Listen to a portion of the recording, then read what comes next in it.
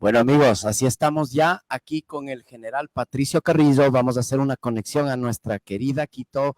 Buenas tardes allí. ¿Cómo está, general? Buenas tardes. ¿Cómo está? Un saludo desde Madrid. Buenas tardes, Edison. Un agradecimiento por esta oportunidad de poder entablar un diálogo a través de los canales digitales que ustedes manejan en Europa. Ahí saludar a nuestros conciudadanos que han decidido radicarse por allá. Un gusto. Bueno, realmente para nosotros, primero agradecerle porque usted es una persona, primero, muy entendida en el tema y también por su experiencia, su vasta experiencia dentro de la policía. Usted ha llegado a la máxima jerarquía, ha llegado a ser comandante general y también ha llegado a ser ministro de gobierno. Entonces creo que una persona con estas credenciales es la más adecuada para hacer un diálogo que le sirva mucho a la comunidad ecuatoriana, que también siente lo que está pasando aquí en el país, aquí en Europa, a pesar que esté a la distancia general. Vamos a empezar con un pequeño video introductorio que salió en Ecuavisa en un programa donde usted estuvo y que, por cierto, tuvo muy buenos comentarios. Empecemos con el video, Javier. Neutralizar a un delincuente con armas blancas en su poder. Todo terminó en un torpe tiroteo, con un uniformado herido mientras el sujeto burlaba la emboscada. La gente se pregunta, ¿cómo debe actuar la policía en casos como este? Sí, las leyes se han ajustado para darle más autoridad a una fuerza pública muy criticada, por no haber impedido el asesinato de la mujer en Ibarra en 2019, pero también en Riobamba. Un juez dijo que al policía se le fue la mano por matar a un hombre que en 2021 asaltaba a un menor de edad y por eso lo condenó a 3 años de prisión. En todo este tiempo, la sociedad no ha logrado establecer el papel de la fuerza pública contra la inseguridad. Es verdad que los escándalos de filtraciones o la presencia del narcotráfico en las estructuras han mermado su imagen. Ni hablar del caso Bernal, en el que un femicida buscó sin éxito el espíritu de cuerpo para huir de la justicia. Más allá de estos problemas, los políticos de oposición acusaron a la policía de reprimir con exageración los paros de 2019 y 2022, donde la violencia y el terrorismo mancharon esas manifestaciones. Sin embargo, esos 54,000 uniformados deben velar por la seguridad, sin todo su equipo de dotación y con patrulleros e infraestructura que llega tarde y a ratos con deficiencia. La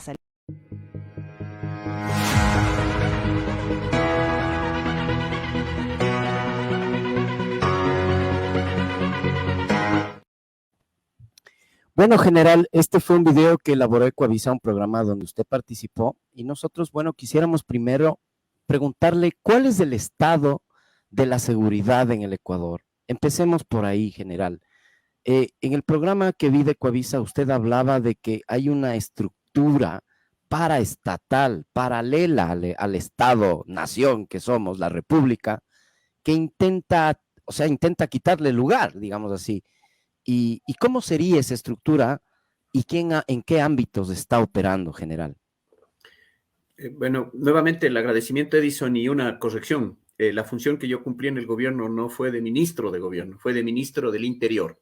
Y el ministro Ministro, del Interior es el que ejerce la gobernanza y la rectoría sobre la política pública de seguridad. No sobre la policía, pero sí sobre la política pública de seguridad. En el ejercicio de esas funciones y casi durante cerca de 4 décadas que vestí uniforme y serví a la patria, yo puedo ahora advertir que lo que estamos viviendo es una policrisis, cuyo efecto es la inseguridad.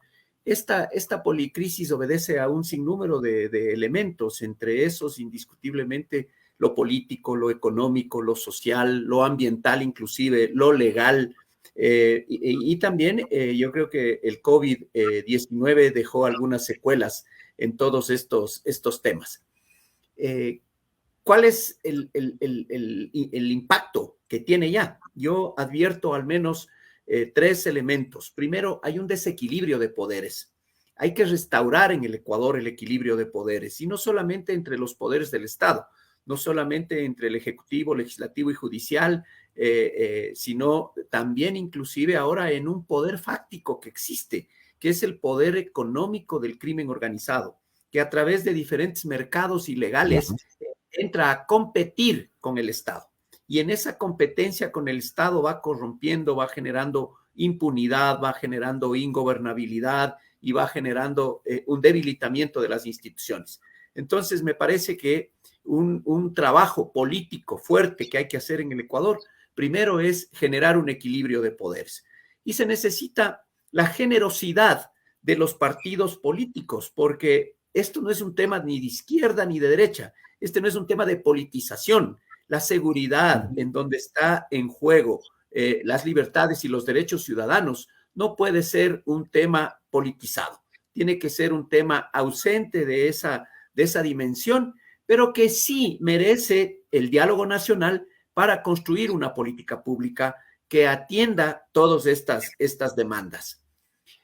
Por ahí pasa lo primero. El actual gobierno está llamando a un gran acuerdo nacional, está llamando a un gran pacto nacional, a un gran diálogo nacional para poder corregir todos aquellos, insisto, desequilibrios que existen y que la política de seguridad realmente garantice la vida y garantice la convivencia pacífica en nuestro territorio. Este fenómeno, insisto, este desequilibrio de poderes, lo que ha generado es un Estado interdicto, un Estado, yo no hablo de Estado fallido, yo no hablo de un narcoestado, yo hablo de un Estado interdicto, yo hablo de un Estado que está en entredicho porque las instituciones no están siendo funcionales a las necesidades de los ciudadanos. Entonces, si el Estado no está en capacidad de cubrir con un modelo de gestión adecuado todo el espacio territorial, ahí es donde aparece y va creciendo no solamente la participación del crimen organizado, sino también inclusive delincuencia común, masificada, empieza a aparecer desde la informalidad actos ilegales y toda una cadena de ilicitudes que se empiezan a tolerar. Ahí hay un problema complejo. En esta parte política también me parece que el Ecuador y la región, porque este no es un fenómeno que únicamente le esté afectando al Ecuador.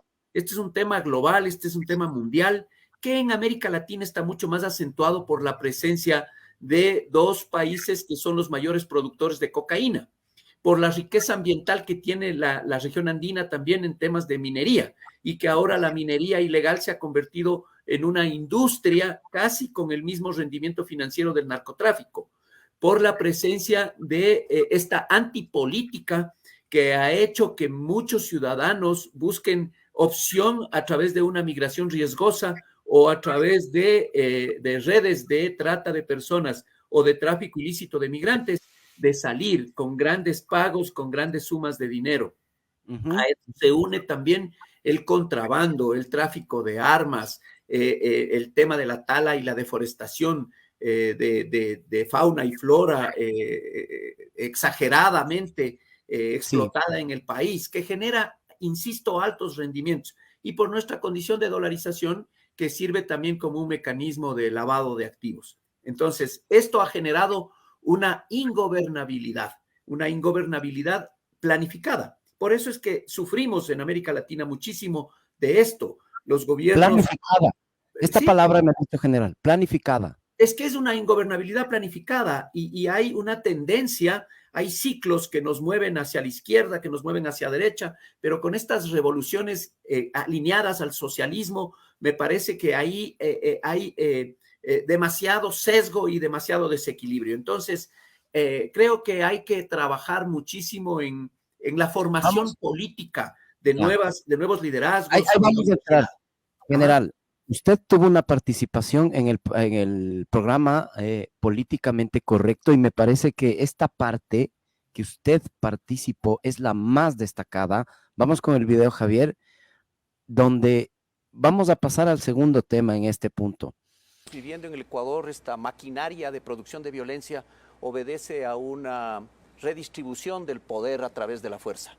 Y esta redistribución inicia en un recambio político en donde aparece un gobierno criminal potente a competir con un gobierno estatal y empieza a fraccionarlo. ¿A qué se refiere cuando con empieza eso? a fraccionarlo, ¿Quién es el gobierno un gobierno criminal que a través de economías ilegales y de mercados de alta rentabilidad como el narcotráfico, el microtráfico, lavado, trata, tráfico, contrabando, inclusive ahora el sicariato que también se paga, la extorsión, la ciberdelincuencia, todo eso genera recursos económicos. Hay un Estado paralelo. Hay un Estado paralelo que está compitiendo con el gobierno estatal y busca busca varios fines, entre esos, fraccionar al Estado. Segundo, busca una impunidad solapada en términos de incumplimiento de sentencias y en términos de incumplimiento económico. Busca también una ingobernabilidad absolutamente planificada, porque el crimen organizado crece a la luz de los gobiernos autoritarios, de los gobiernos alineados más bien a estas políticas de izquierda radical. Los gobiernos autoritarios permiten que se fortalezca el crimen organizado. Así es, crean sistemas, debilitan los sistemas, debilitan la institucionalidad que al final favorecen la presencia del crimen organizado. Y finalmente me parece que esta actitud mafiosa que vamos observando en las calles, que va creciendo y que va escalando, obedece a ese posicionamiento. Esto no podría pasar si no es con un acuerdo y con actores estatales, paraestatales, e inclusive con la empresa privada, porque hay que sincerar los temas de economía.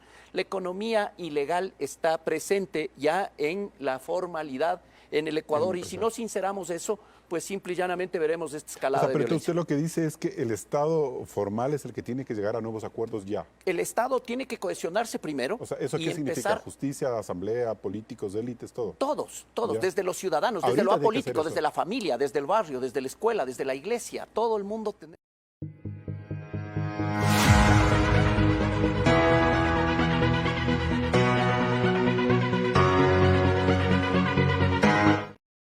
Muy bien, general.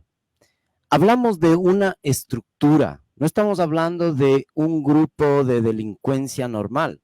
Estamos hablando de que se ha creado una estructura paralela al Estado y eso no surge de un día para el otro. Estamos hablando de que tienen su propia, digamos, si fuera un Estado paralelo, su propia justicia, su propia fuerza, su propia inteligencia, sus propios políticos, sus propios, digamos, lavadores de dinero. Es un todo, ¿no es cierto? Es una estructura. Mi pregunta es esta, general. ¿Por qué no fueron detectados por los órganos de inteligencia y por los responsables de la seguridad del Estado? Si están haciendo un Estado paralelo al Estado, ¿cómo no se dieron cuenta? Esto no surge en un año, ni en dos. Es una estructura grande, primero. Segundo, ¿en qué ámbitos de la economía se está moviendo este Estado paralelo? Mire, yo cuando hablo de la impunidad solapada, lo que estoy hablando es de un sentido selectivo de justicia. Y cuando estoy hablando de corrupción, de baja transparencia, es porque no estamos respondiendo a los temas graves. Y en eso radica básicamente lo que usted acaba de sintetizar.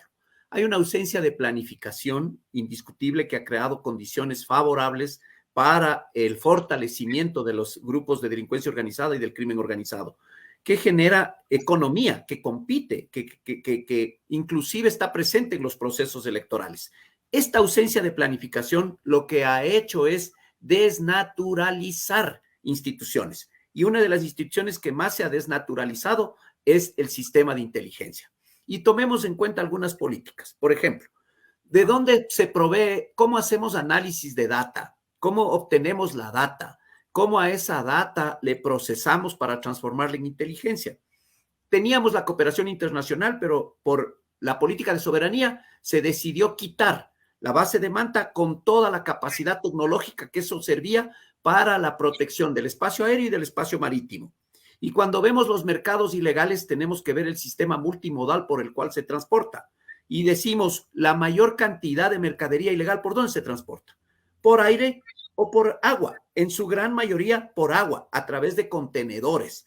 Entonces, si quitamos esa capacidad de control y le convertimos al Estado ecuatoriano en una base de exportación de todo tipo de mercadería ilegal, entonces ahí estamos recibiendo el impacto. Esto fue construido durante mucho tiempo atrás. Segundo, esa política también de puertas abiertas, de universalidad, de ciudadano universal, de no exigir visa ni requisitos mínimos a los ciudadanos. Entendemos los problemas de migración y sabemos las condiciones de migración, que no es delito, es un tema irregular en función de buscar un desarrollo, un progreso, de buscar una nueva esperanza de vida.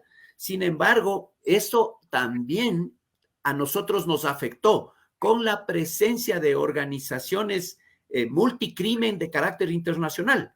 y la presencia ya no solamente de mafias latinoamericanas, colombo-mexicanas, sino también de mafias internacionales, la mafia asiática, la mafia rusa, la mafia de los Balcanes, Yugoslavia, Albania, y la mafia inclusive europea, que en esta lógica de puertos abiertos también ha recibido el impacto por la presencia de esta mercancía ilegal. Básicamente cocaína en los puertos de Algeciras en España, en Bélgica de Amberes, en Rotterdam en Holanda, en Alemania de igual manera. Es decir, empieza ya todo a crearse un mecanismo en donde funciona esta economía ilegal, que es la que nos está llevando a estos temas. Y finalmente, cuando hablamos de impunidad solapada, no solamente estamos hablando en que las sentencias en el Ecuador no se cumplen o no se logra identificar autores, sino que no logramos tampoco con una política adecuada de recuperación de capitales y de extinción de dominio, quitarles ese poder económico que les está dando inclusive no solamente poder político, sino que está ya en esta competencia con el Estado y que está poniendo en riesgo a la pervivencia de la democracia, a la pervivencia del Estado y que está coaccionando a todos los ciudadanos a través del miedo y del terror, creando y reclutando pandillas y muchachos excluidos del sistema educativo. General, pero segurísimo, dentro de la seguridad del Estado hay personas muy profesionales que también pensaban lo mismo. La pregunta es, ¿dónde estaban? Porque este problema que tenemos ahora es un tsunami. Esto Claro. no lo va a poder parar. ¿Y Mire, dónde pero- estaban las personas? Mire. ¿Quiénes deberían haber respondido? Mire, en el año 2016 yo creo que es un año que hay que estudiarlo muchísimo, porque en el año 16 se dan algunos eventos a nivel de geopolítica y a nivel de estratégico, digamos, en la presencia del crimen organizado y de la capacidad de estudiar y de ser resilientes frente a esos nuevos escenarios. Uno de esos es el caso de Brecht. El caso de Brecht puso en evidencia la corrupción de los liderazgos políticos en América Latina. Más de 10 estados fueron identificados en donde sus máximas autoridades fueron sentenciadas por abuso, por corrupción, por sobornos.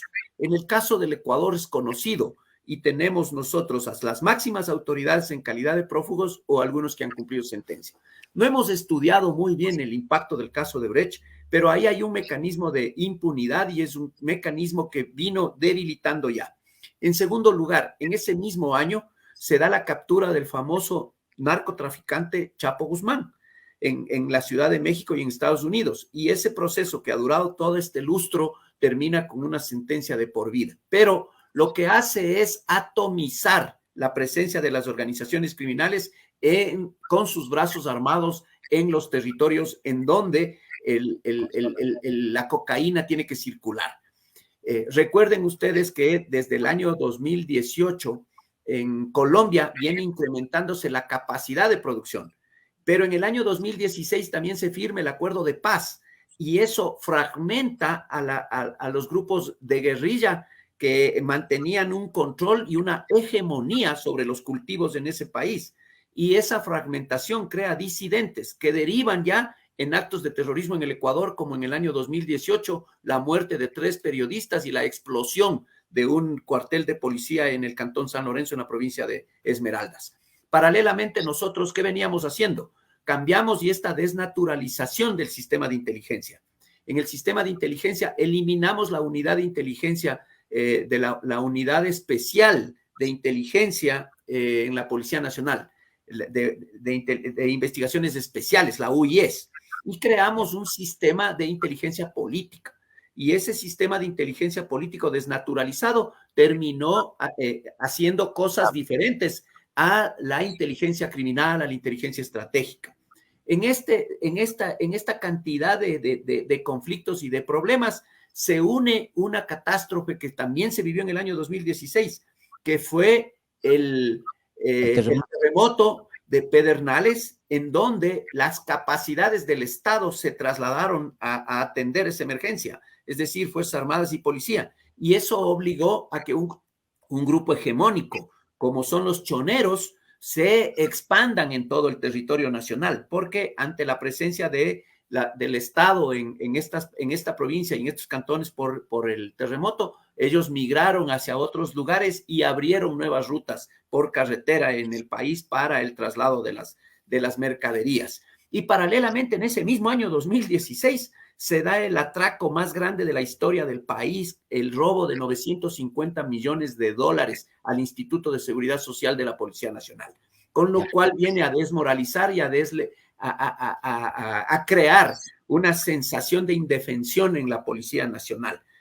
Cuando se empieza todo esto ya a corregir en el año 2019, viene esta explosión de violencia, una explosión inusitada con las masacres en las cárceles, con hechos políticos más que hechos criminales, pero que derivan en estas irracionalidades que nadie las puede entender.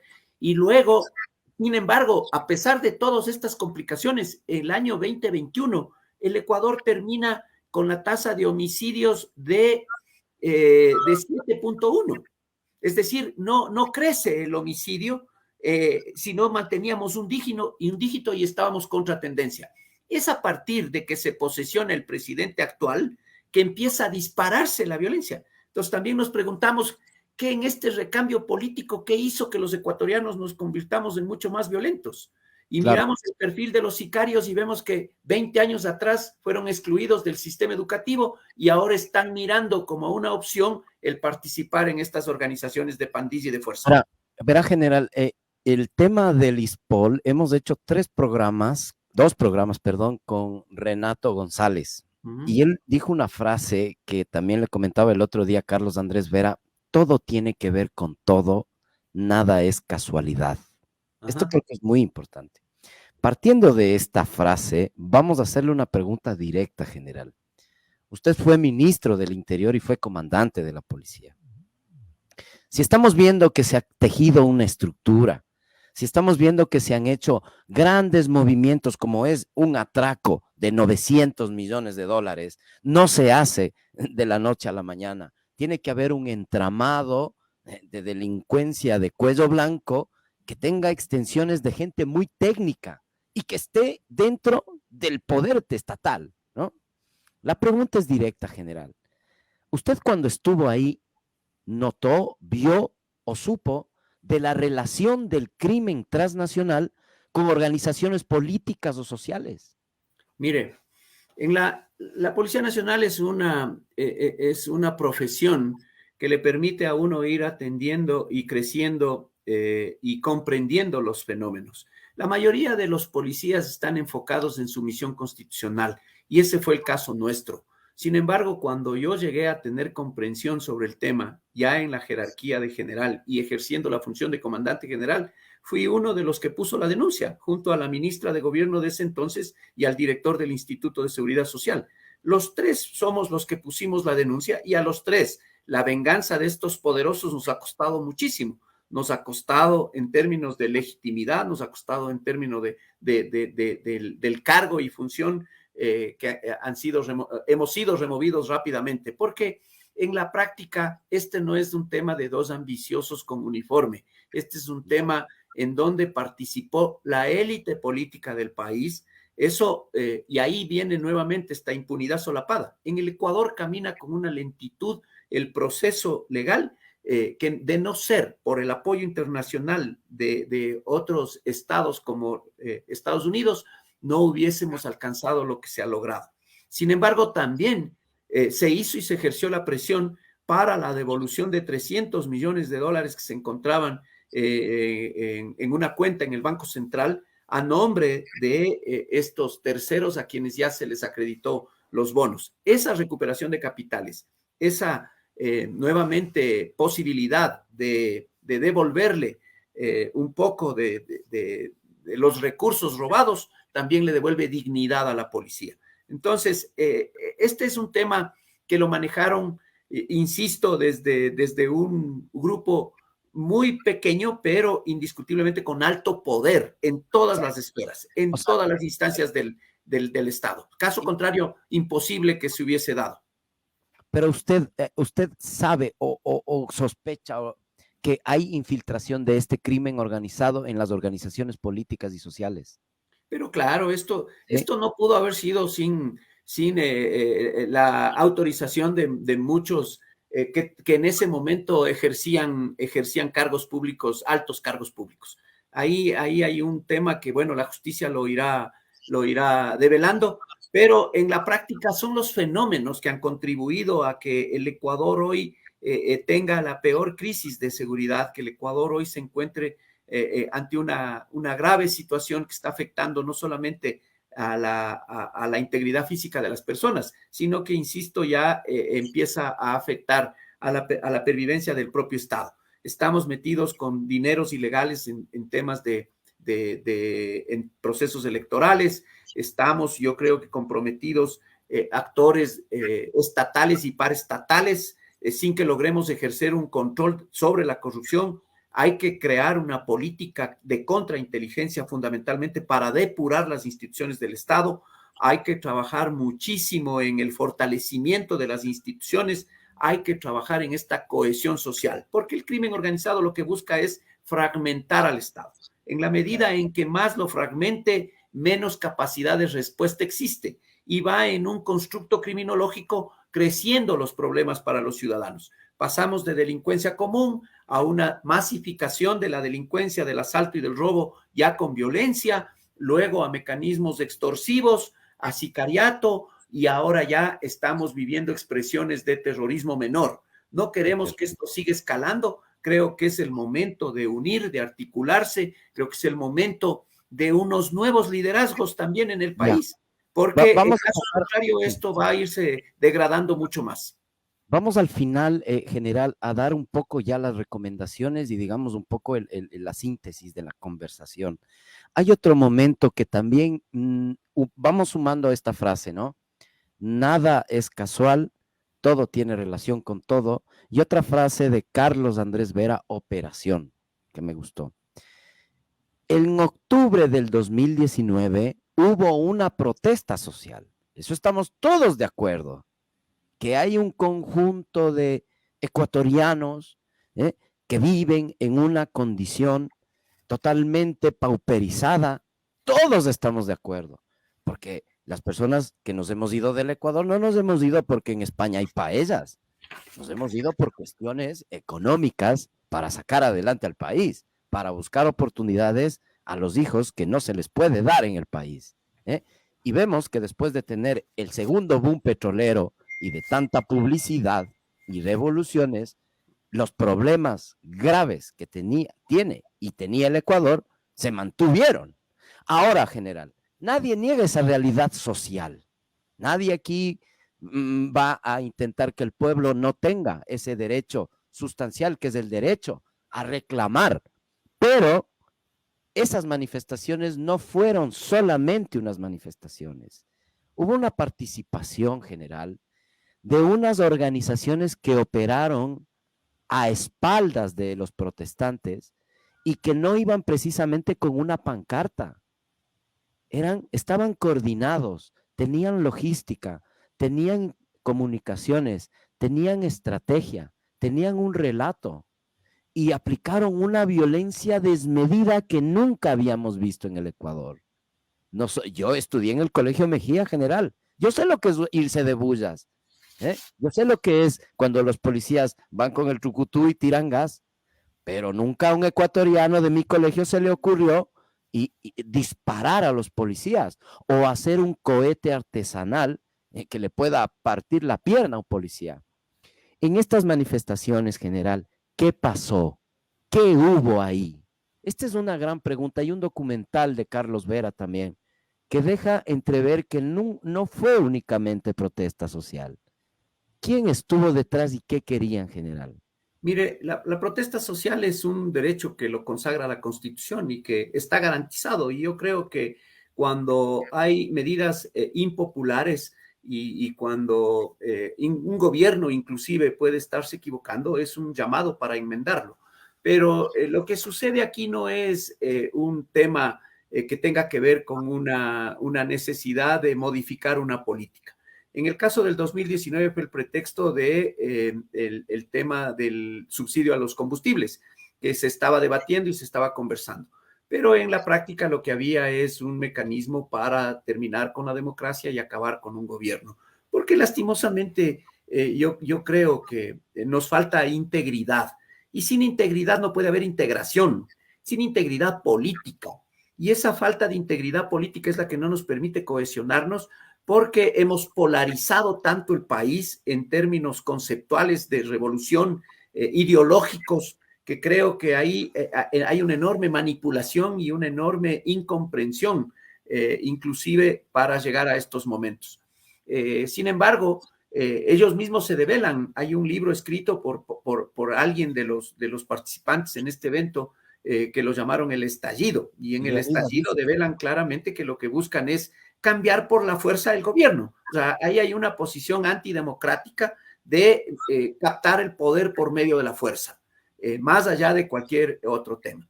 Y los mecanismos que utilizan son mecanismos de fuerza, porque la violencia es una estrategia que ha utilizado permanentemente la izquierda.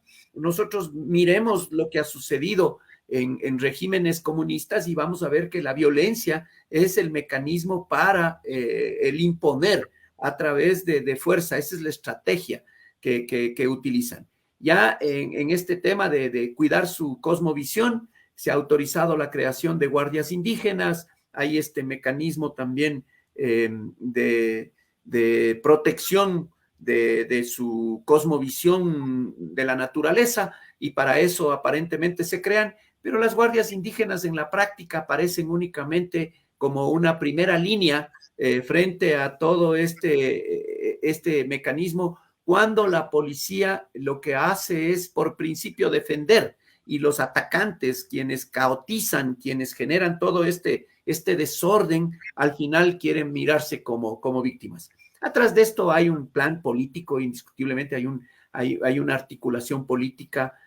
Sucedió también en junio sin pretexto, en junio simple y llanamente ni siquiera estaba en una medida en debate, simplemente era tumbar un gobierno que a ellos les parece impopular y que democráticamente debería terminar su periodo. Porque eso es lo bonito de la democracia, inclusive. Si nos equivocamos eligiendo a alguien, pues bueno, o a un movimiento político que no cumplió, a un partido político que no cumplió con sus ofertas de campaña, pues démosle la oportunidad de que termine y no lo volvamos a elegir nunca más. Pero nosotros no queremos eso, queremos imponer por medio de la fuerza y romper con los procesos democráticos. Eso está clarísimo, pero una pregunta específica, que uno ve esto.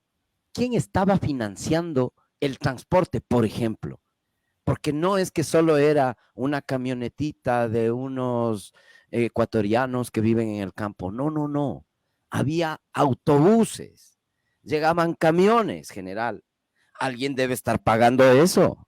Y si van a tenerle a tanta gente en un lugar, hay que darles de comer, hay que darles agua, hay que darles habituallamiento. Sí. Segurísimo, estoy muy seguro que sí saben quién paga eso.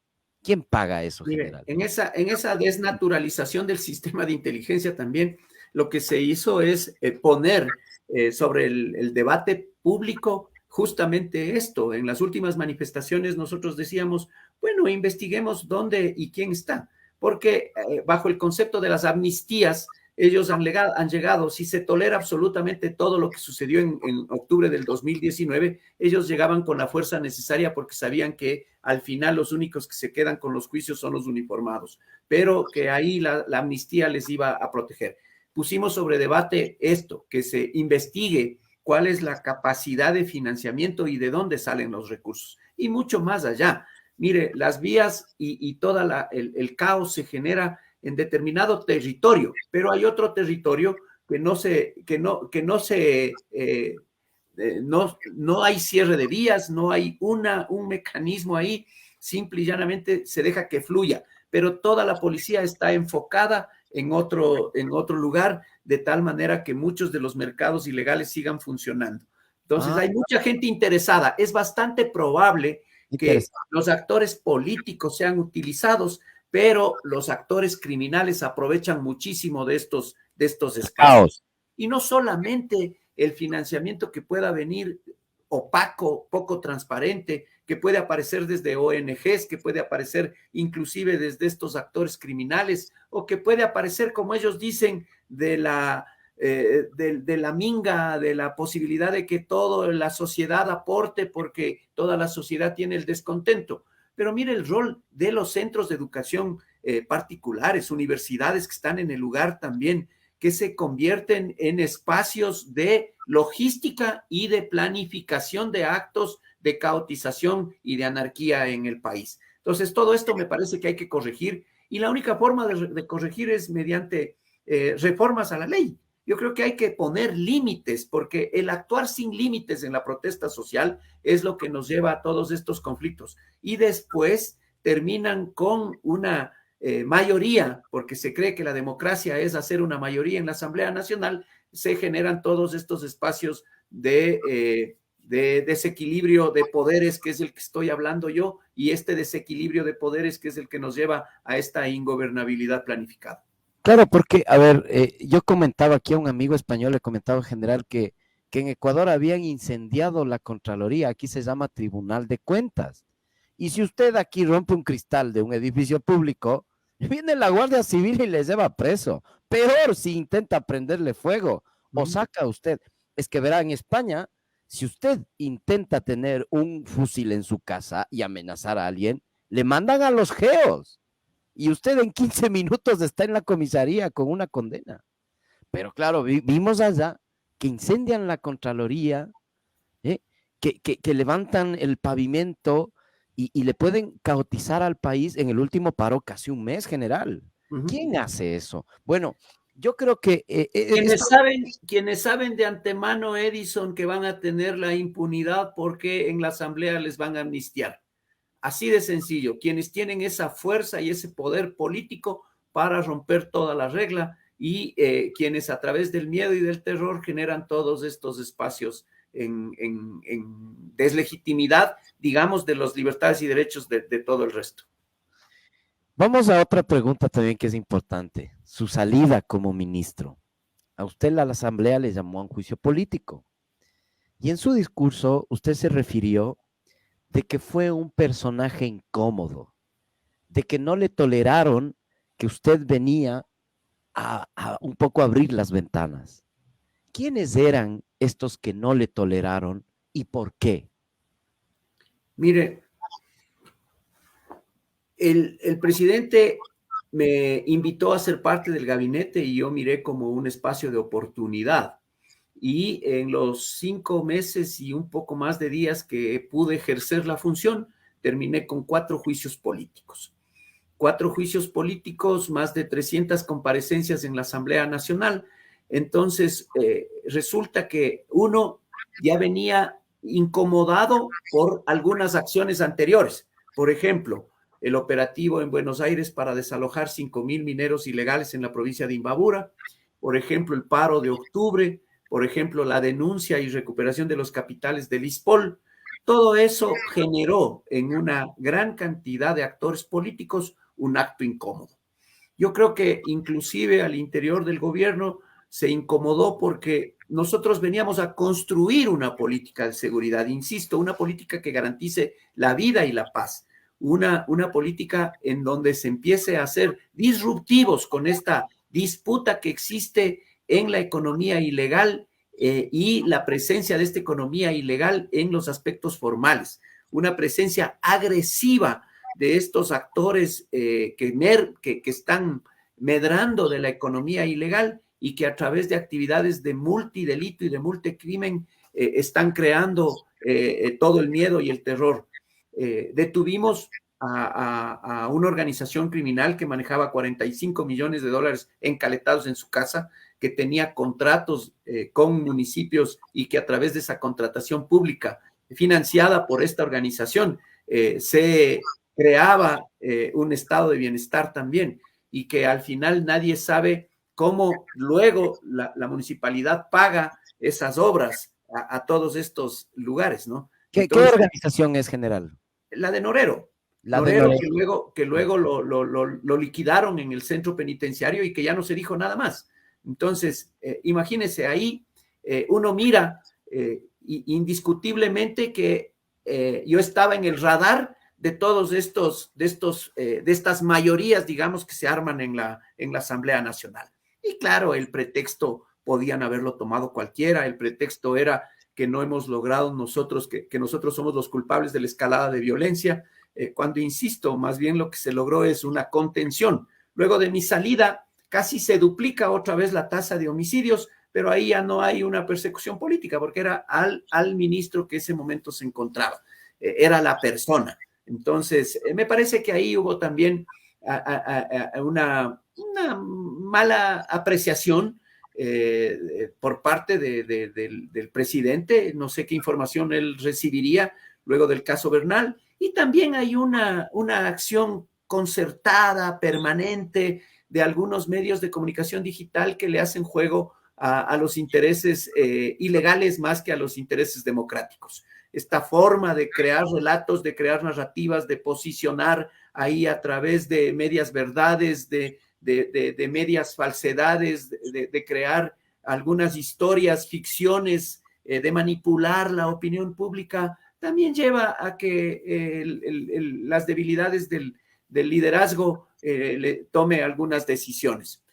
En lo personal, yo me siento agradecido porque con tanta presión que existe, con tanta mecanismo, creo que es mejor disfrutar por otro lado de la vida, porque los incentivos para ejercer una función tan delicada y en un problema tan complejo que amerita una cohesión social es difícil. No son buenos, no hay ahí, no hay un estado de bienestar, no hay una tranquilidad como para poder desarrollar todo lo que uno pueda construir en bien para cambiar una realidad, porque ese es construir unos mecanismos, desarrollar algunas acciones, estrategias planificadas, sistematizadas, que cambian la realidad. Eso es lo que se busca. Entonces, me parece que ahí se incomodó a muchísima gente.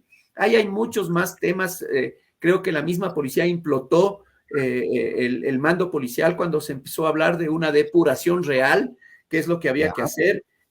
Yo comandé la policía en la época de la pandemia y en ese año complejo, difícil, sobre la base de liderazgo, con capacidades igual debilitadas. Sin embargo, 9 de cada 10 ecuatorianos aceptó el trabajo. El 92% en una encuesta aprobó el trabajo de la policía. ¿Usted cree que hay que hacer una depuración en la policía? ¿Perdón? ¿Usted cree que hay que hacer una depuración en la Policía Nacional? La Policía Nacional es una de las instituciones que tiene mecanismos de control y que tiene las pruebas de confianza que en algo medianamente frenan la cooptación y la agresividad con la que coopta el crimen y corrompe el crimen organizado. Sin embargo, creo que este es un trabajo permanente, este es un tema que no puede descuidarse nunca, se lo debe continuar y hoy más que nunca hay muchos que no solamente pueden estar cooptados, pero hay muchos también que han llegado a un nivel de mediocridad por los desincentivos que existen, que si no le ponen pasión, porque este es un trabajo que hay que ponerle muchísima pasión, hay que ponerle muchísimo compromiso, que necesita muchísima integridad y hay que motivarle a la gente, pero ya quienes no sienten esa pasión, creo que también tienen que hacerse a un lado, porque si no tenemos el problema como el que se vio en el video, que básicamente la diferencia está en el entrenamiento, indiscutiblemente, en las capacidades personales, en la aptitud, en la actitud, pero también pasa muchísimo por la parte emocional de los policías, que ahora se ha visto minada porque hay sentencias. Hace 5 años, en el 2016, un grupo de cerca de 40 policías por intervenir en la cárcel de Cuenca terminaron con un juicio que hasta ahora no lo logran resolver. Eso les ha generado un dispendio de recursos personales, tiempo, a muchos la carrera. Hay otros policías que han hecho uso progresivo manual de fuerza y se han visto igual comprometidos y no han tenido el respaldo ni político ni legal en estas actuaciones. Entonces, eso también creo que hay que devolverle mucho a la policía. ¿Usted cree que también se ha intentado en cierto punto desmoralizar a Fuerzas Armadas y Policía Nacional de una manera más subterránea, ¿no? En esta zona gris que llaman. ¿Usted cree que ciertas acciones que no han atacado tanto en la parte material, sino en lo simbólico de la profesión, de la, digamos así, del espíritu mismo de lo que es el Estado, que es la fuerza pública? ¿Usted cree que de pronto también ha habido una intencionalidad política ahí?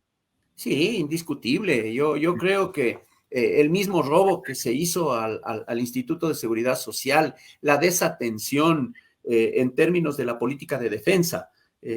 No se ha actualizado la tecnología para el control del espacio marítimo, del espacio aéreo, de la ciberseguridad del Estado. Entonces, todos estos temas de debilitamiento de Fuerzas Armadas y de Policía Nacional, del sistema de inteligencia, eso resta la moral de la gente.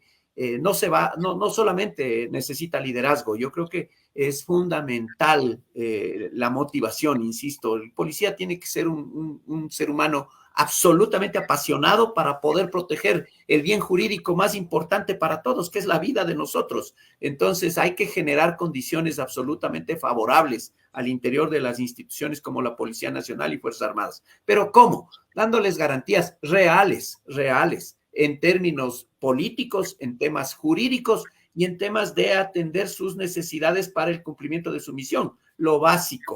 Es decir, equipamiento, uniformes, armas, comunicaciones, los medios que se requieren para que la atención a los ciudadanos sea mucho más eficiente.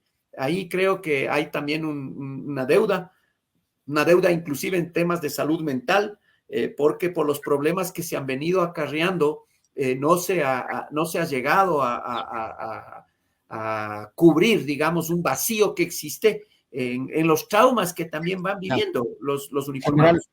Vamos a entrar a la recta final y ahora creo que vamos a estar en la parte más cómoda para usted, que también tiene una base académica muy buena acerca de la parte conceptual ya. Se habla mucho ahora de que los conflictos son asimétricos porque los contrincantes son de distinto tamaño, ¿no? En este caso, por ejemplo, el Estado sería, para hacer digamos, un símil pedagógico, es como un elefante, como un paquidermo, y el crimen organizado, digamos que son pequeñas unidades que se trasladan de una forma más versátil, son más veloces, pero al mismo tiempo son débiles, digamos como un ratón, ¿no? El elefante les podría aplastar y les podría matar, pero se mueven tan rápido y se mueven por dimensiones donde el gran Estado no llega. Entonces, a este tipo de conflicto se le denomina el conflicto asimétrico. ¿Usted cree que las bandas criminales hoy, el Estado les ha declarado ya como organizaciones terroristas, porque están actuando como organizaciones terroristas? Vimos en el video que un grupo de pistoleros con fusiles de asalto desembarcan en el puerto artesanal de Esmeraldas como que fueran infantes de marina. Y sabemos que tienen comunicaciones, que tienen sus publicistas, que tienen sus financieros, etcétera. Entonces, son una organización que tiene clara estrategia, objetivos, comunicación, comando, etcétera. Podríamos decir, general, que Ecuador ahora está en un conflicto, por no decir guerra, en un conflicto asimétrico entre el Estado y estas unidades, digamos, del mal que pretenden deslegitimar el Estado y llevarle a una situación de caos total. ¿Podríamos decir eso? Sí, yo creo que es asimétrica indiscutiblemente el enfrentamiento porque ellos tienen mucho más capacidad y mucho más flexibilidad para la adquisición de los medios que necesitan. Básicamente armamento, mecanismos para movilización, comunicaciones, tienen los recursos financieros. Mientras acá el Estado tiene que hacer a través de legalidad los procedimientos. Entonces, ahí hay una asimetría, pero creo que la mayor desventaja que tiene las instituciones del Estado son las carencias y la posibilidad de estar presentes en la totalidad del territorio nacional. Ahí me parece que hay una enorme debilidad, hay una ausencia indiscutiblemente, no solamente de policía, sino de política pública. Y si no hay política pública, entonces empieza a ser controlado. Algunos hablan de que se va mermando el territorio nacional, es decir, ya la extensión de territorio se reduce porque hay algunos que son territorios controlados por las organizaciones criminales. Entre esos, inclusive, podría decirse los centros penitenciarios. Pero yo creo que la guerra más fuerte que se está haciendo es contra la deshumanización, porque la violencia deshumaniza. Entonces, creo que hay que trabajar muchísimo en nuevamente devolverle a la sociedad el respeto hacia el otro. Hay que trabajar muchísimo en devolverle dignidad a la gente. Este no es ya un tema insisto, solamente del egoísmo para yo individualmente protegerme o autoprotegerme o reclamar mis derechos y mis libertades, sino también es una corresponsabilidad para enfrentarlo en conjunto, desde la integralidad, con un enfoque de derechos humanos, de género, multisectorial, de integralidad, pero también desde la prevención. Entonces, aquí hay mucho que hacer y me parece que ahí lo que no existe también es las prioridades adecuadas. Entonces, la visión ya no es una visión como antes de la seguridad, de la defensa nacional. Esta es una visión ahora centrada en el ser humano. Tiene que atenderse las necesidades del ser humano y esas necesidades en puestos de frontera, en lugares donde ha crecido muchísimo la tasa de homicidios, me parece que ahí hay una ausencia de Estado y eso genera mucho más asimetría. Yo no hablaría todavía de una guerra, yo no daría ese carácter que hoy se está pensando de terrorismo y de terroristas a las organizaciones delincuenciales. Creo que son delincuentes, son criminales absolutamente violentos y deshumanizados, que hay que combatirlos con fuerza, pero hay que combatirlos también con política pública y con inteligencia. Desde lo multisectorial, porque el espectro de las amenazas va creciendo, hay que contextualizar muy bien el fenómeno para que la respuesta sea una respuesta adecuada y flexible, y hay que generar un empoderamiento social y una gran ciudadanización del problema para que las medidas preventivas y los cambios culturales existan. Caso contrario, es muy difícil que se lo logre desde la institución nada más.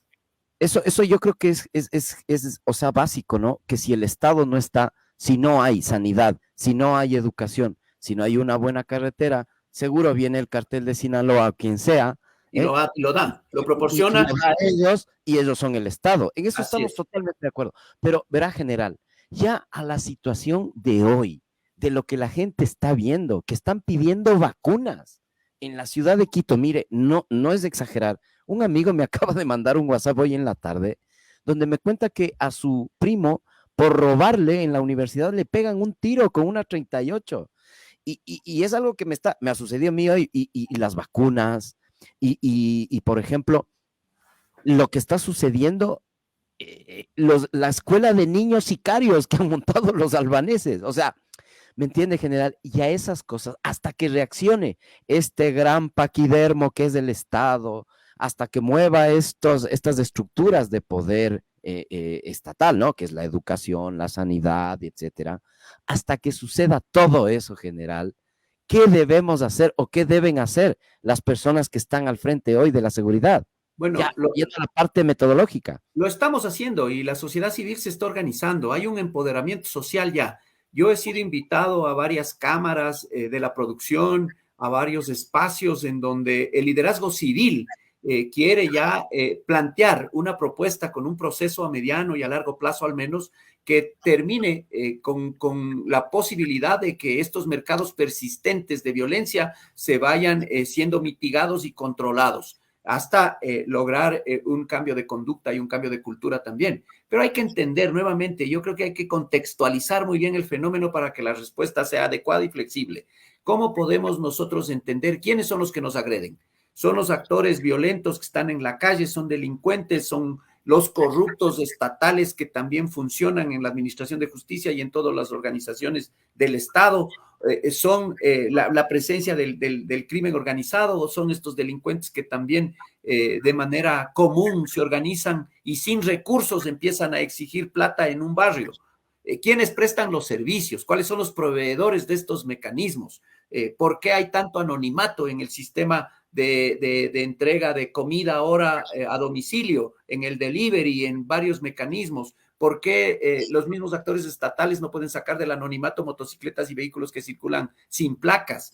¿Cuáles son los medios y los insumos que están sirviendo para que se produzca más droga? Los precursores químicos que pasan por nuestra frontera y que nosotros a cambio recibimos ya droga. ¿Cuáles transportan? ¿Cuáles embodegan? ¿Cuáles cargan los contenedores? ¿Cuáles lavan el dinero? Entonces, aquí es una cadena también que yo no creo que el Estado sea un paquidermo. Es un Estado, es grande, es obeso, indiscutible, pero Lo que pasa es que no está articulado, no está coordinando. Cada Necesitamos institución. también unos liderazgos, general. Se Necesitamos necesita liderazgos. eso, porque se necesita fundamentalmente eso, porque lo que están es con acciones absolutamente descoordinadas, desarticuladas, cada uno tratando de cumplir con su misión de manera individual. Y ese es el error más grave. Yo creo que es la visión que se tiene ahora. La visión es incautar más droga, ese es un mecanismo de eficiencia del Estado. No, no, no. Eso está creando una deshumanización tan fuerte que ya vamos a llegar a 5,000 muertes violentas por año. Eso nos ubica en una tasa de homicidios por sobre 30 y ya entre las más complicadas de la región. Entonces, me parece que hay que cambiar la visión es hacia el ser humano, pero también hacia todos estos mecanismos que vayan ejerciendo mayor complejidad a lo que ahora sienten que cómo funciona el negocio, ¿no? Porque al final los delincuentes tienen una enorme capacidad de reciclar su liderazgo, porque el mercado no desaparece. Si usted desarticula una organización, si se elimina a un líder de organización criminal o se le mete preso, enseguida aparece el recambio, aparece un segundo, aparece un tercero y están diversificándose los liderazgos permanentemente. En cambio acá no existe, acá las instituciones están reaprendiendo permanentemente, están con una curva de aprendizaje demasiado lenta y mientras tanto se sigue expandiendo una cadena de ilicitudes. Creo que es comprender mejor el fenómeno, creo que es importante ahora el aporte que puedan hacer no solamente las instituciones de educación superior para el análisis del fenómeno, sino también el aporte que pueda hacer la ciencia y la tecnología, la innovación para clasificar, recoger de mejor manera el dato, clasificarlo adecuadamente con la confidencialidad, analizarlo, procesarlo y entregar un insumo de política pública local y un insumo de estrategia a las instituciones. Porque caso contrario, insisto, esta forma desarticulada y mirando que esto es un problema de malos y de buenos, considerando que los malos son los delincuentes y los buenos son los policías, nos vamos a quedar en una posición muy simplista que no va a impactar realmente en la demanda que tienen los ciudadanos por seguridad ahora. Bueno, nos ha llegado una pregunta al teléfono de España Latina, una pregunta de un oyente, dice, ¿qué pasó con la muerte de los dos periodistas en la frontera después del atentado de Huacho, general? Mire, eso fue un tema que lo manejaron en el Consejo de Seguridad Pública del Estado, todavía se maneja bajo reserva muchísimos aspectos. Lo que se conoce es que estas disidencias de las FARC que no querían abandonar el mercado tenían contacto indiscutiblemente y conversaban con algunos funcionarios de frontera para poder garantizar, digamos, que el mercado, la mercancía de ellos pueda fluir. Al sentir que ya no estaban cumpliéndose, además de que, por palabras de ellos, estas organizaciones financiaron campañas políticas en el país, lo que exigían es a los políticos que les cumplan con el ofrecimiento de permitir una laxitud en los controles, debilitar muchos mecanismos. Creo que la prensa llegó en ese momento, en un momento no apropiado, de conflicto en este interés del un lado y esta imposibilidad de cumplirles desde el otro lado por algún mecanismo, cualquiera que haya sido, y derivó en esta pérdida de vidas humanas. Este es un tema que yo creo que también, más allá de la parte legal, que por transparencia deberíamos hacer todos los esfuerzos como sociedad para que quede absolutamente claro lo que sucedió. Creo que hay que estudiarlo también, porque es un fenómeno gravísimo que al final es el inicio de toda esta ola de violencia que hoy estamos mirando. Otra pregunta de José Miguel Rojas a través de Facebook, general, dice, una pregunta, las bandas organizadas son gente formada para sembrar el terror, se ve en cada atentado. ¿Cuál cree usted que es la solución ahora mismo? La inteligencia militar se nota que está funcionando. Seamos realistas y hablemos de soluciones, no de historia. ¿Qué le diría usted a este compatriota que está ahora mismo en Murcia? Sí, hay que trabajar, y yo insisto, en una política que garantice la vida y que garantice la convivencia pacífica. La agenda de seguridad hay que replantearla. Creo que Si nosotros replanteamos la agenda y replanteamos la política de seguridad, las estrategias van a ir creándose y van a irse evaluando, que es lo más importante. Hoy no tenemos un alineamiento a un plan, hoy no tenemos una batería de indicadores que nos permita saber si las medidas que se están tomando tienen o no tienen el impacto adecuado. Creo que hay que fortalecer indiscutiblemente la inteligencia criminal, hay que fortalecer y desarrollar programas de contrainteligencia en las instituciones, especialmente en frontera y en ciudades con infraestructura portuaria. Creo que a esa infraestructura crítica, que es la infraestructura de puerto y aeropuerto, por donde se moviliza la mercancía ilegal, en donde más corrompen las organizaciones criminales, creo que también debe merecer ya una revisión de los protocolos, de los procedimientos. Creo que si no logramos nosotros actualizar y mantener actualizado un mapa de riesgos y amenazas en cada ciudad, no sacamos del anonimato a todos estos conflictos, es difícil que podamos intervenir adecuadamente. Creo que hay que rediseñar un programa de control de lavado de activos. En eso, instituciones como el SRI, la Unidad de Análisis Financiero y otras, como las superintendencias de bancos y de compañías, juegan un rol importantísimo. Creo que las academias tienen que ayudarnos también en un estudio macro de la criminalidad, porque las instituciones del gobierno y del Estado se dedican al caso a caso. La fiscalía ante un caso investiga, pero nadie está estudiando el fenómeno en su condición macro, ¿no? Creo que hay que fortalecer las instituciones, especialmente la Administración de Justicia en los espacios de frontera. Mire, estamos hablando de crimen organizado, pero donde más se comete el delito geográficamente es en la frontera, donde tenemos menos capacidades con jueces y con tribunales penales adecuados. Entonces, tal vez ya es hora de debatir la necesidad de tener jueces sin rostro, jueces que administren justicia desde un espacio tecnológico por fuera de estos espacios para que no sufran el amedrentamiento. Y hay varios mecanismos que yo creo que indiscutible pasan también por homogenizar en las instituciones el objetivo. Y el objetivo hoy, más que nunca, salvar vidas y proteger los bienes de los ciudadanos. Otra pregunta para ya ir terminando, general. Desde Roma, Andrés Moreno pregunta, ¿por qué no clasificarles a estas organizaciones como terroristas? Porque la clasificación de terrorismo, si bien ya se han dado actos de terrorismo menor acá que tienen que ver con esta delincuencia y con estas organizaciones criminales, el otorgarles esa condición es otorgarles una condición política en términos de aceptar, y también ellos deberían reivindicar y decir, bueno, asumir la responsabilidad sobre estos hechos. Nosotros en las investigaciones escuchamos en los medios que dicen este es de los tiguerones, este es de los choneros, este es de los lagartos, este es de los lobos, este es de las diferentes facciones que van apareciendo como 72. Entonces, me parece que eso va a generar muchísimo más violencia. Y segundo, ¿con qué vamos a enfrentar? ¿Vamos a enfrentar solo discursivamente o con qué recursos? Porque si al final tomamos una política en este sentido, deberíamos dotarle de capacidades antiterroristas desde lo legal y desde lo funcional a las instituciones. Y creo que todavía el Ecuador en lo legal no está preparado. Con una asamblea que no acepta los mecanismos de reforma necesarios para enfrentar estos nuevos conflictos y con leyes únicamente como para hacerlo a la delincuencia común, me parece que no es el momento adecuado. Y ahora mi pregunta, ya, desde aquí, desde Madrid. General, ahora estamos en pleno juicio político. Este es el evento político de la historia de la democracia, desde la democracia que vino después de la dictadura, porque no se le ha llamado a un juicio político a un presidente en los últimos años. Es un evento político sin precedentes. Pregunta directa, ¿usted cree que el presidente Lasso se va a quedar en el poder?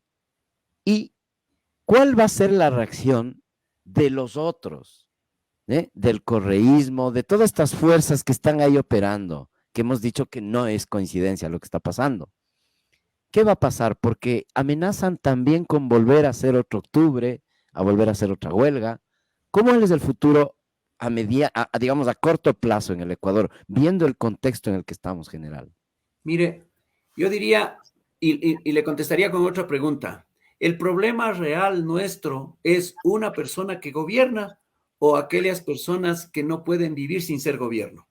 ¿Y sobre la base de qué propósitos? ¿Cuál es el propósito que tenga el actual gobernante para realmente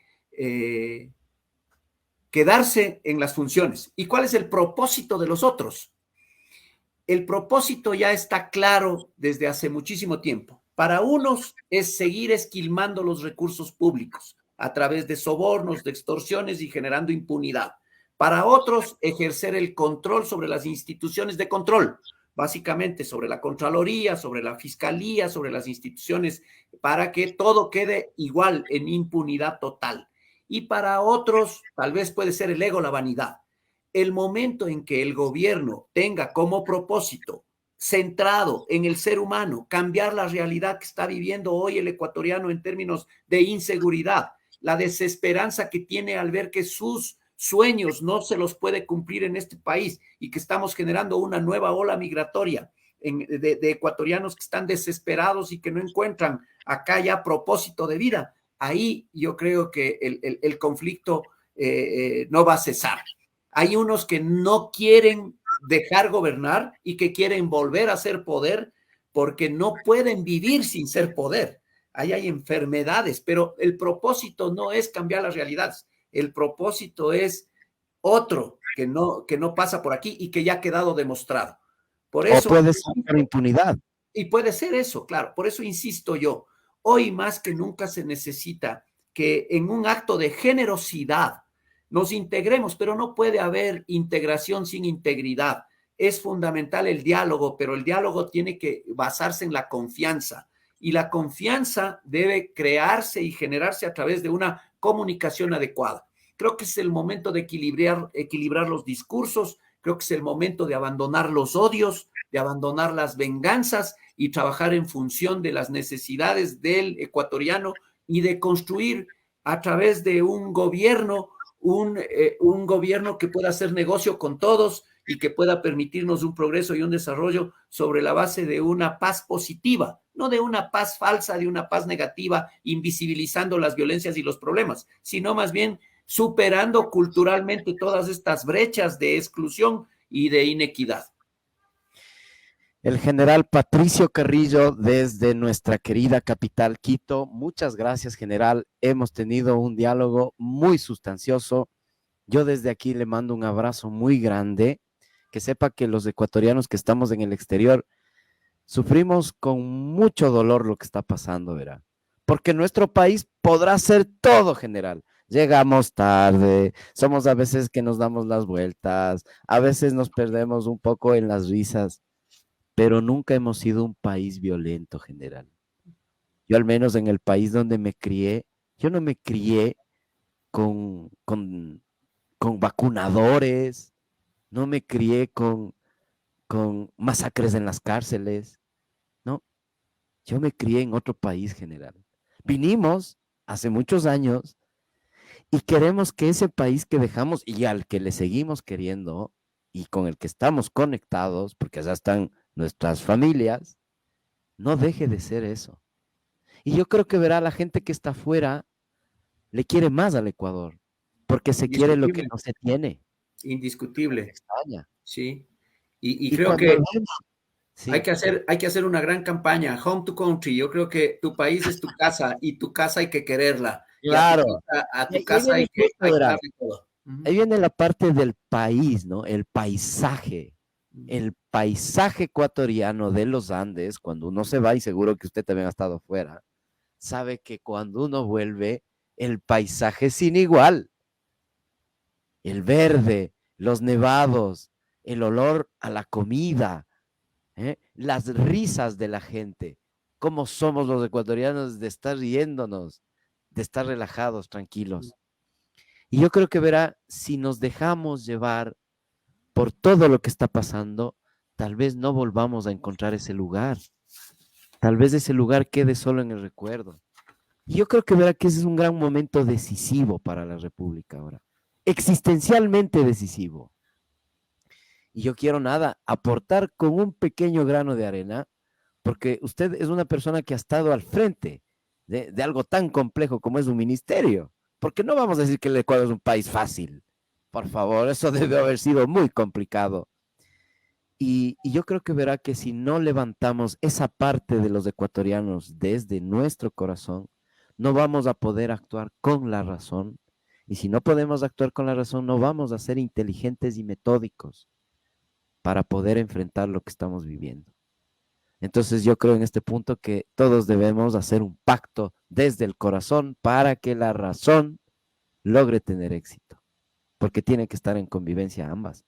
Tiene que haber gente que le ame el Ecuador, tiene que haber patriotas en el sentido real de la palabra, que quiera a su patria, a su país donde nació, que sea un paisano, que sea del mismo paisaje. Y yo creo que en esto general, muchas gracias a la distancia, que sepa que este malestar de lo que está pasando aquí también se siente y que intentaremos aportar en un poquito que podamos, y nada más agradecerle y darle un abrazo muy grande a la distancia. A ustedes y decirles que esta es su casa, el Ecuador es su casa indiscutiblemente, y en el único lugar donde nos tratan como en casa es en la casa. Entonces, sí, así es. Que bueno, yo también les envío un abrazo grande, fraterno, solidario, y espero que sus sueños también se vayan cumpliendo. Muchísimas gracias y buenas noches. Buenas noches, el general Patricio Carrillo.